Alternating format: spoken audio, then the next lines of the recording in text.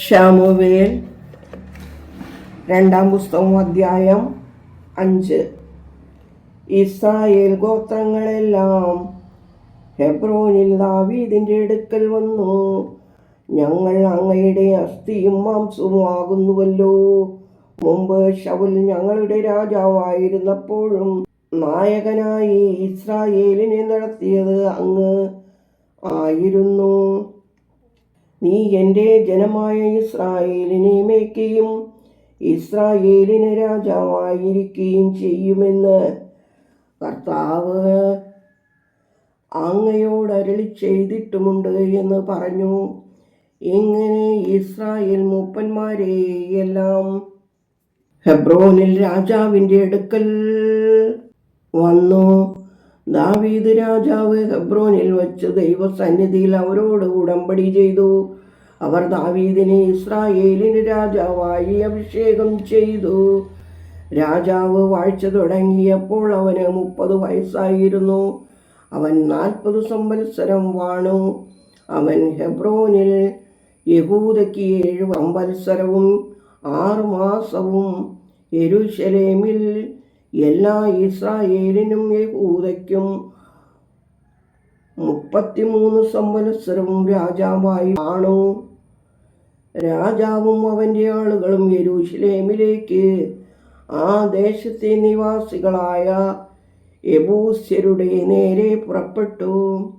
ദാവീദിന് അവിടെ കടപ്പാൻ കഴിയുകയില്ല എന്ന് വിചാരിച്ച് അവർ ദാവീദിനോട്, നീ ഇവിടെ കടക്കുകയില്ല, നിന്നെ തടുക്കുവാൻ കുരുടരും മുടന്തരും മതി എന്ന് പറഞ്ഞു.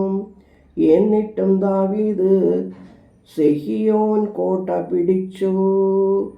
അതുതന്നെ ദാവീദിൻ്റെ നഗരം എന്ന്. ദാവീദ് ആരെങ്കിലും യെബൂസ്യരെ തോൽപ്പിച്ചാൽ അവൻ നീർത്തോട്ടിൽ കൂടി കയറി ദാവീദിന് വെറുപ്പായുള്ള മുടന്തരെയും കുരുടരെയും പിടിക്കട്ടെ എന്ന് പറഞ്ഞു.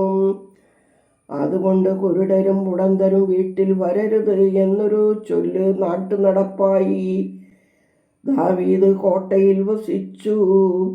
അതിന് ദാവീദിൻ്റെ നഗരം എന്ന് പേരിട്ടു. ദാവീദ് അതിനെ മില്ലോ തുടങ്ങി ചുറ്റിലും ഉള്ളിലേക്കും പണിതുറപ്പിച്ചു. ബലവാനായ കർത്താവ് തന്നെയോട് കൂടെയുണ്ടായിരുന്നത് കൊണ്ട് ദാവീദ് മേൽക്കുമേൽ പ്രബലനായി തീർന്നു.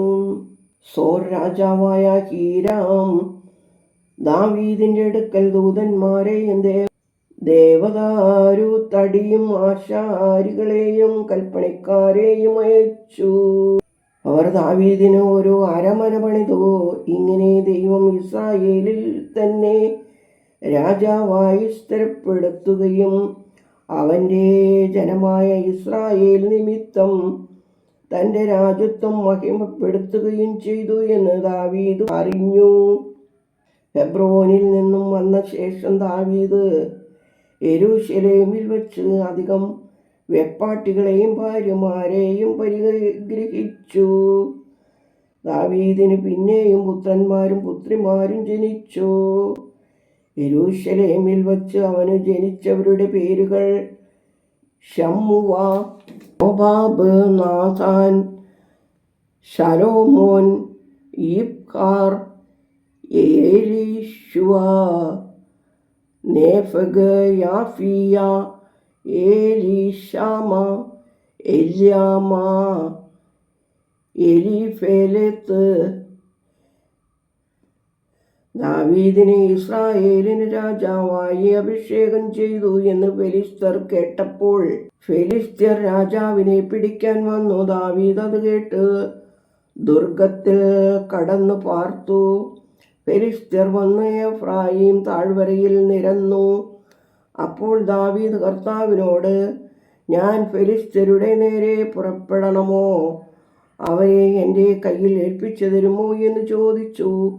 പുറപ്പെടുക, ഞാൻ ഫെലിസ്ത്യരെ നിന്റെ കയ്യിൽ ഏൽപ്പിക്കുമെന്ന് കർത്താവ് ദാവീദിനോട് അരുളി ചെയ്തു. അങ്ങനെ ദാവീദ് ബാൽപെരാസീമിൽ ചെന്നു. അവിടെ വച്ച് ദാവീദ് അവരെ തോൽപ്പിച്ചു. വെള്ളച്ചാട്ടം പോലെ കർത്താവ് എൻ്റെ മുമ്പിൽ എൻ്റെ ശത്രുക്കളെ തകർത്തു കളഞ്ഞു എന്ന് പറഞ്ഞു. അതുകൊണ്ട് ആ സ്ഥലത്തിന് ബാൽപെരാസീം എന്ന് പേർ പറഞ്ഞു വരുന്നു. അവിടെ അവർ തങ്ങളുടെ വിഗ്രഹങ്ങൾ ഉപേക്ഷിച്ചു പോയി. ദാവീദും അവൻ്റെ ആളുകളും അവയെ എടുത്തുകൊണ്ടുപോന്നു. ഫെലിസ്ത്യർ പിന്നെയും വന്നു രെഫായീം താഴ്വരയിൽ നിരന്നു. ദാവീദ് കർത്താവിനോട് ചോദിച്ചപ്പോൾ, നീ നേരെ പോകാതെ അവരുടെ പിമ്പിൽ കൂടി വളഞ്ഞു ചെന്ന് ബാഖാവൃക്ഷങ്ങൾക്ക് എതിരെ വച്ച് അവരെ നേരിടുക. ബാഖാവൃക്ഷങ്ങളുടെ മുകൾ ഭാഗത്തുകൂടി സൈന്യം നടക്കുന്ന ശബ്ദം പോലെ കേൾക്കും. അപ്പോൾ വേഗം ചെല്ലുക. ഫെലിസ്ത്യ സൈന്യത്തെ തോൽപ്പിപ്പാൻ കർത്താവ് നിനക്ക് മുമ്പായി പുറപ്പെട്ടിരിക്കുന്നു എന്ന് അരുളപ്പാടുണ്ടായി. കർത്താവ് കൽപ്പിച്ചതുപോലെ ദാവീദ് ചെയ്തു. ഫെലിസ്ത്യരെ ഗേബാ മുതൽ ഗേദേശ് വരെ തോൽപ്പിച്ചു. ദൈവമേ, സ്തുതി നിനക്ക് യോഗ്യമാകുന്നു. പാറകുമോർ